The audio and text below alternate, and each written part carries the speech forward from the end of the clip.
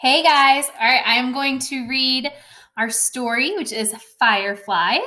Okay, this is by Julie Brinklow. All right, and hopefully it's not too bad of a glare, but it's a hard book, so it's a little shiny. Okay. All right. So she not only is the author, but she also did the pictures. So she's the illustrator as well. All right. On a summer evening, let's see, we're going to turn it a little bit. Nope.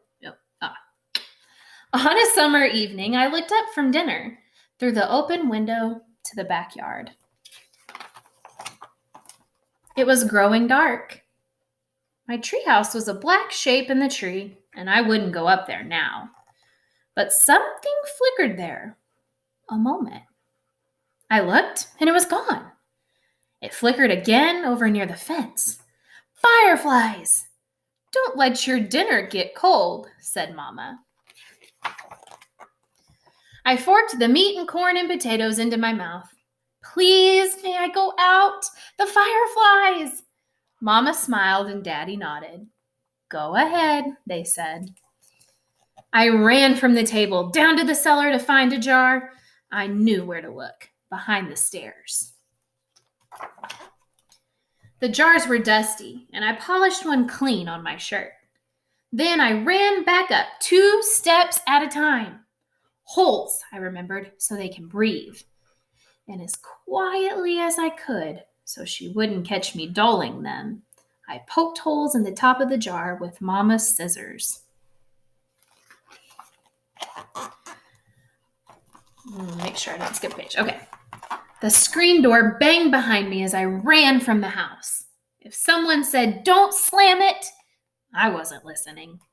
I called to my friends in the street, "Fireflies!"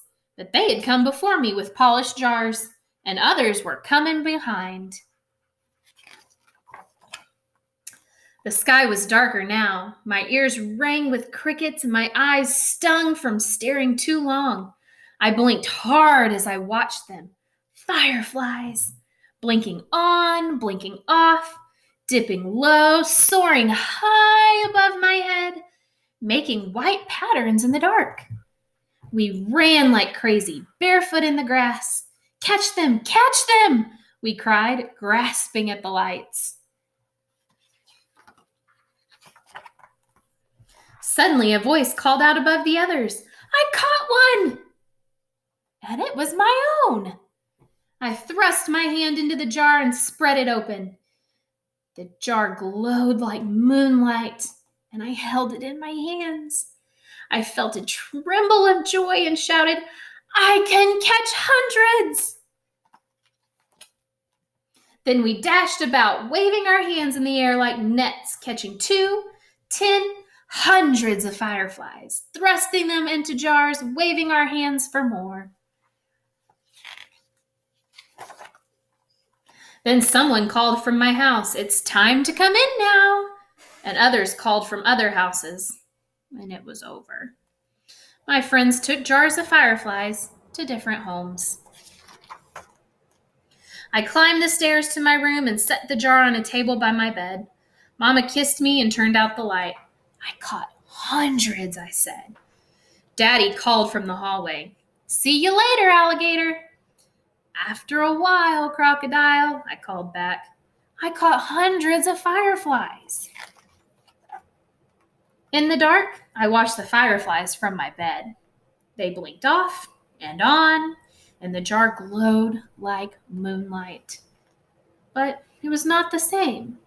The fireflies beat their wings against the glass and fell to the bottom and laid there. That's kind of sad. The light in the jar turned yellow, like a flashlight left on too long. I tried to swallow, but something in my throat just wouldn't go down. And the light grew dimmer, green, like moonlight underwater. What's happening, I wonder? I shut my eyes tight and put the pillow over my head. They were my fireflies. I caught them. They made moonlight in my jar. But the jar was nearly dark. I flung off the covers. I went to the window, opened the jar, and aimed it at the stars. Fly! Then the jar began to glow, green, then gold, then white as the moon. And the fireflies poured out into the night. Fireflies, blinking on, blinking off, dipping low, soaring high above my head, making circles around the moon, like stars dancing. I held the jar, dark and empty, in my hands. The moonlight and the fireflies swam in my tears. You can see it closer. He's tearing up.